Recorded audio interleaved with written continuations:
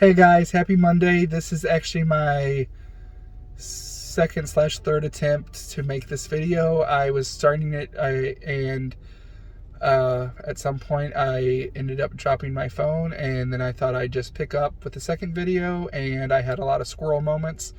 So I'm restarting it. So let's think, where was I? So just got done with my first HIT class for this week, sweated, and something that I thought about the last couple times and wanted to mention this time, how cool it is to be working out and you look on the floor, although it's disgusting, you see drops of sweat on the floor because that's how hard you're working. So I had that a few different times tonight, and I've had it almost every class. And today I was doing, what was I doing? I can't remember the names of some of these. I was doing planks. And lo and behold, I start noticing drops coming down and hitting the box that I was doing planks on, and it's such a cool feeling. So yeah, and also, so this week I am down 4 pounds from last week, which, if you remember, if you've seen that video, last week I actually gained a pound, and so there's part of me that's just like, okay, well then technically I lost 3 pounds. I'm like, no, I gained that pound and I lost it back. So I am down 4 pounds. I've definitely had weeks where I've lost more even before this class, but I'm going to take that as a huge win because the scale went in the right direction, even though I don't like scales. I'm weighing myself just because of this challenge that I'm in. We weigh ourselves weekly, and it is in front of one of the trainers, so it's not like we can fudge our weight.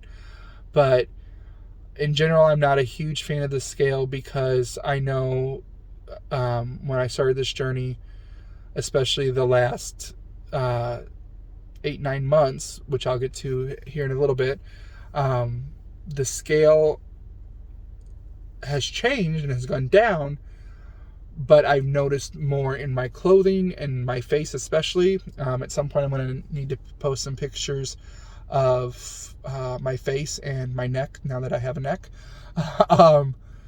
So yeah, so scales, in my opinion, they're not bad, but they're tricky. So you can gain muscle and lose body mass, but that weight, that scale may stay the same or possibly go up. So I don't think a scale is a true reflection of the work you put in necessarily. So that's my little rant on that. And so there was something I was going to talk about on this video that I thought about on Friday, and I can't remember it. So if I think of it, I might post another video or talk about it on here. But I wanted to share a little bit more about my story. I'm going to try to make this shorter than the version I just deleted. So I believe I mentioned that I had tonsils and adenoids removed several years ago, and that they got so big, at least my adenoids especially, that the doctor, I remember him saying that he'd never seen adenoids as big as mine. Whether that's true or not, I don't know. But they were at least bad enough to need surgery. So I got the tonsils and adenoids removed. Before or right after leaving the hospital, I went straight to a sleep study clinic, which I had done before, and was diagnosed with sleep apnea back when I was, I want to say 22, 23, and had a CPAP machine. In 10 years, I might have gone maybe 2 nights with that CPAP machine on when I went to bed and on when I woke up. Otherwise, I would wake up and it would never be on my face. So fast forward to the surgery, went to the sleep study to address that issue again. And lo and behold, although I still had sleep apnea, it had actually been diagnosed wrong, or I might have the terminology wrong, but we discovered that my lungs were not expelling air the way they should. And if it was explained to me, I don't remember, but I'm hoping that is related to my weight and not just something that I have, because I'm hoping one day I won't have to use a sleep machine to sleep. And so night and day difference after that diagnosis. I ended up getting what's called a BiPAP machine. And the difference is with a CPAP machine, it is constantly blowing a steady force of air. That air the pressure is based on what your doctor prescribes that machine to do. And so that's what my machine was doing, my CPAP. But because my lungs weren't expelling air correctly to begin with, especially at night when I was sleeping, so even without the machine, I wasn't getting enough air out. And so now, not only was I not getting enough air out, there was still constant air being pushed in. So it was like two currents of water, and the lower resistant water, that lower stream, was trying to go upstream. But of course, it's not going to go very far because the bigger stream is pushing back. I hope that's a good analogy. I just came up with that on the spot. So I got what's called a BiPAP machine, and a BiPAP machine is a little different to where it still puts air into you. It's still forcing that air in. However, it's able to sense your breathing rhythms. And so when I breathe out, that air pressure decreases, and you can actually hear it in the machine. And so since I got that BiPAP machine, I have not gone one single night without it. I go to sleep with it on. I wake up with it on. And although every once in a while I still take naps during the day, it is, I mean, night and day difference is not even the right term. I would take at least one nap a day no matter what before this BiPAP machine. And I mean, if I was still, I fell asleep. In fact, it got to the point where I lost a job because of it, which I could have sued for because it was a medical condition, but I didn't. Anyway, we're not going to get into that tangent. So yeah, huge night and day difference. And although I'm looking forward to the day where I don't have to use a machine, which I'm hoping is the case. I'm hoping once I reach my goal, or even before that I can be taken off that, because it is I'm not going to say that word. It's a stinky feeling to think you have to use a machine to sleep the rest of your life. So I'm praying and hoping that is not the case. So yeah, so I use a BiPAP machine to help me sleep, and I love that thing. In fact, it's kind of scary thinking about not being able to use that because I know how well I sleep with it. So, had that. After the surgery, of course, I started losing weight because my throat was sore. And I don't think it was any extra sore compared to a normal situation, normal case. But because of that, of course, I was on a liquid diet pretty much for a good while, and then soft foods.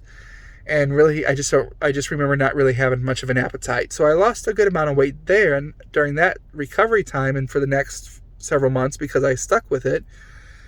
And I believe, I don't remember exactly how much weight I lost during that time, but I kept it off pretty much, except for I gain or lose within 10 pounds for a good while and stayed pretty consistent. And then finally, I took the step, something that I had been looking into for a long time, which I actually am taking this moment to tell. A lot of people don't know about this. It was July 23rd of 2020, I had gastric sleeve surgery. And I'm sharing this because it used to be I wasn't going to tell people unless it somehow just got naturally brought up. And the reason was because even beforehand and even afterwards, not as much, but when I was considering this surgery and even after having it, there was this part of me that felt ashamed of it. I had looked into having this surgery for several years, actually, and went to several seminars with different doctors and different hospitals and organizations that offer it, and heard stories, knew people who had it, and was a little envious or jealous that they had it. And I was just like, I want this. This is so cool. It's just another tool for me to use and to really kick off this weight loss. But every time I got close to doing it or closer to doing it, I would back off because I would feel ashamed and like I was taking the easy way out. Even though I never thought that of anyone who had this surgery. Again, I was kind of jealous of the people who had it because they got to have that done, and I saw how much their quality of life improved. And it was just funny how I didn't think that, I thought it was beneath me. I should say it that way. And so thinking about that, I didn't tell people that I was going to have surgery except a very select few, people that I definitely felt I could trust. And I didn't tell people afterwards, except, again, for a very small few. And when I did tell them, it was typically because they mentioned something about noticing the change in me, and or the conversation was somehow around weight, and they noticed how little I was eating, and there was actually concern with some people in my family that they thought maybe I was doing something unhealthy to lose weight. So I shared my story in the surgery with them just to help them know that I wasn't doing anything dangerous. The rest of the people in my life it wasn't that I was never going to tell them, but I didn't plan on ever telling them. So there are people in my life, in my family, who are probably seeing this and learning for the first time that I had that done. And yeah, so I'm just letting that story be known. And kind of relating to what I talked about last week, one of the things that I've realized about this whole weight loss surgery part was the fact that I thought it was beneath me in a way, and that I was ashamed, and I thought people are going to think that I took the easy way out. And kind of like that, what I talked about with the gym, where it's hard to go to the gym and not have that mindset of, okay, people are going to be looking at me, people are going to be judging me, people are going to think I have no right to be here, especially, and I'm not to exclude people who are thin and want to gain weight or whatever, wherever you're at in your fitness goals and journey. But from my experience and from people that I've talked to who have had very similar experiences, there's that fear of being looked at and being judged, and that thought of, we have no right to be in a gym because look at us, which really, we have the most right to be in the gym. Again, I'm just sharing this because related to that concept of people looking at you and being so worried about you being at the gym working out that it's taking away from your experience is bullcrap. Sorry, I'm just going to say it. None of us are so important that people are focusing on us that much in those aspects of our lives. If for some reason they are, maybe, think of it this way, maybe they're looking at us and they're secretly encouraging us, and they're sending us good vibes, good messages, good prayers that we keep up with our work. If it's the negative, the opposite of that, and they're judging us, who cares? That's on them, that's not on us. And that's what I started realizing, that with my weight loss surgery, is if people love me and care about me, they're going to be happy that I did this. And if for some reason they think it was wrong for me to have that surgery, or that I copped out or took the easy way out, which it is not an easy way out, then that's on them. I'm still going to live my life, and I'm living it even better now. So I want to encourage, whether it's the gym, whether if you're considering surgery of gastric sleeve, gastric bypass, balloon, there's even the balloon, and there's another one, insulin tube or something like that. I forget which all they are. I think there's even a fifth one now. Of course, I encourage you to talk to your doctors, do research. If a doctor says they're going to do it without any kind of background history on you, and especially the cost, if the cost is cheap, I'm going to be like, shy away, don't do it. But don't think of it as an easy way out, because it is not. You have to relearn how to eat. And when I say relearn how to eat, I don't mean relearn the food pyramid. I mean relearn, like, you're taking sips of water like a kid, and heck, not even a kid, like a baby.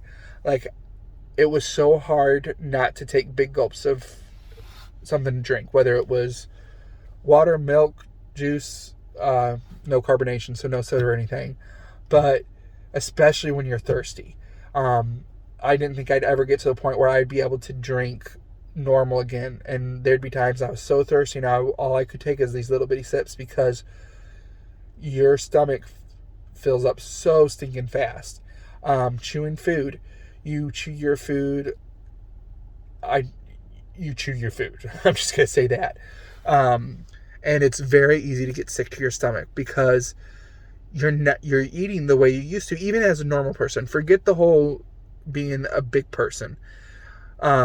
Just the way we eat, you have to relearn how to do that, and you have to learn to take your time. The hardest part for me is when I'm in a social setting, when I'm engaged in conversation and I'm just enjoying the people I'm with, and I'm not focusing on what I'm eating. Otherwise, when I'm alone, or if it's just more of a regular, just maybe family setting where we're not really talking a whole lot, I'm very conscious of how I'm eating. I'm making sure I eat protein first. That's another thing. You're eating protein like crazy when you have surgery like I did. And so there is a lot to relearn, a lot to learn. And so by no means is it an easy way out. And that was something, again, that I had to struggle with for me. And it was funny, I never thought anyone else who had surgery, whether it was sleeve, gastric bypass, balloon, whatever, I never thought them as taking the easy way out. And it came to the point, like, how dare I think that I'm so good that if I had this surgery, I was copping out, because I am no better than anyone else. And I'm very thankful that God has blessed me with a job that granted me insurance that helped me pay for this surgery. Myself and even my mom, we were looking at even cash pay to have this done. And I'm very thankful for her for offering to do so and to encourage me on this journey. And I'm thankful for her for keeping this private because I asked her to. But with all that said and done, I am very thankful that God has blessed me with a job that not only do I love, but was able to help me with this part of my journey. And so that is something I wanted to share. And I hope that helps in whatever way with someone. But the main thing that I want to kind of hit home with is whether you're looking to gain weight, whether you're looking to become a bodybuilder, or if you're looking to lose weight, which of course I relate to the most, or not even the most, that's the only one I relate to. Don't let the fear and the thoughts of what you think other people might be thinking cut you down. Don't let them stop you from your journey. God has an amazing story for you, and you are an awesome person, and you can do what you need to do. And like I said the last time, you have the keys to the cage from people's eyes. So don't let the fear of what people might be thinking stop you from doing the best you can do and being the best you can be and being who God made you to be.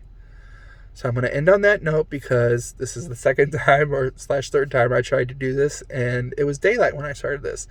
So I got to get home, but you guys have an awesome one. And if I think of what I was going to talk about before, I will repost.